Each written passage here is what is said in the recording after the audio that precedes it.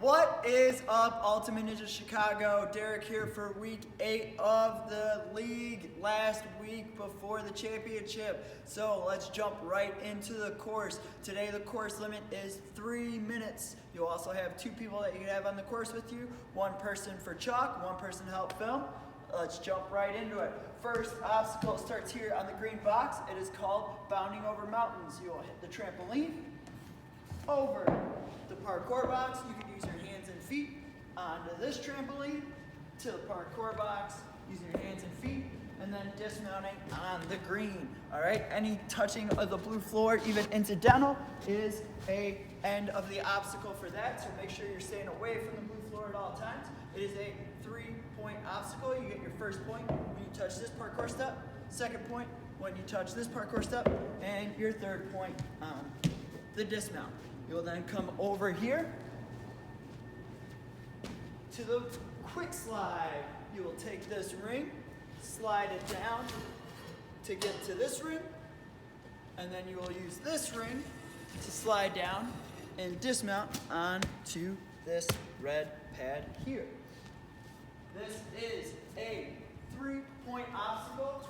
You will receive your first point when this ring hits this part right here, and then you'll receive your second point when this ring gets past this tape line here, and then you'll receive your third point on the dismount. From there, you'll come over this way,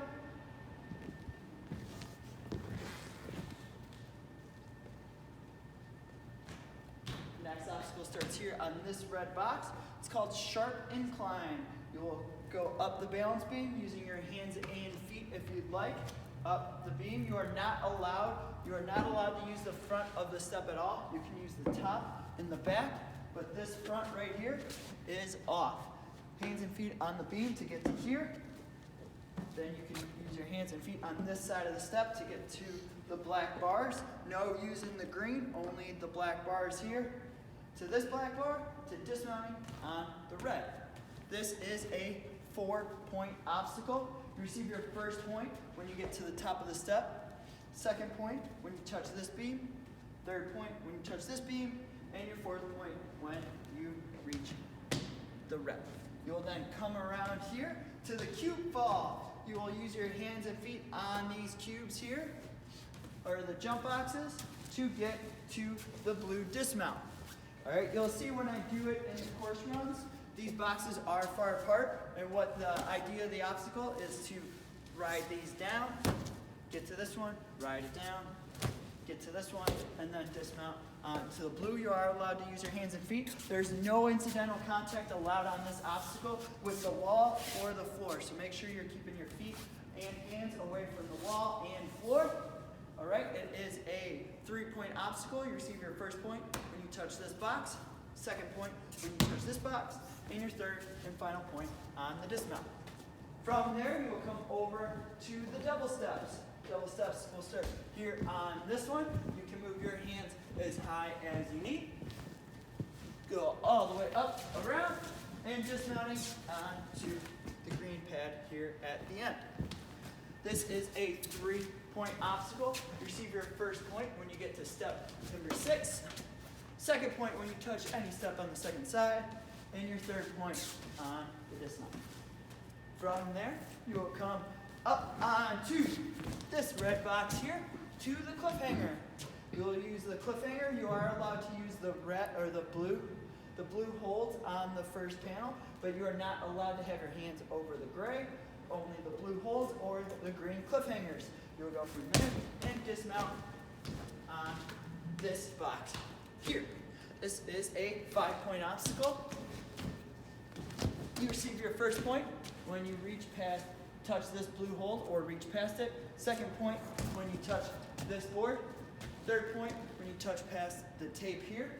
Fourth point when you touch this cliffhanger, and your fifth point on the dismount.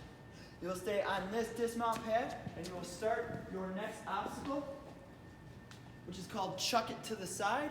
You will use the nunchucks to go down, and then you will be dismounting onto this green pad here. With the nunchucks, you are only allowed to use the face of the nunchucks. You are not allowed to have your hand, any kind of finger at the top at all. All right, so you must have your fingers below the top here. This right here is against the rules, so make sure those fingers stay off the top at all times as you're moving through. It is a 5-point obstacle. You receive your first point for nunchuck number 2, second point, nunchuck number 3, third point, nunchuck number 4, fourth point, nunchuck number 5, and your 5th point on the dismount. From there, you will come around this way, up on here. To the treacherous journey, you will use the captain's hooks to connect through the carabiners all the way down to dismount on the gray mat here. Right, it is a 5-point obstacle. You receive your first point when you touch the second cannonball. You receive your third point when you get a cannonball into this hook. You receive your third point when you get a cannonball into this hook. You receive your fourth point when you get a cannonball into this hook. And your 5th and final point on the dismount.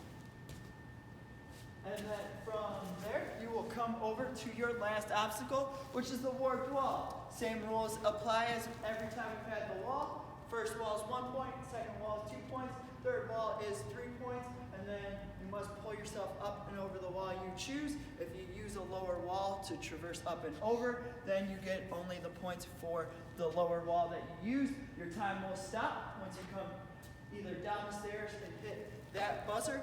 Again, it is a 3-minute time limit, guys. This is the last week. Go out there and crush it.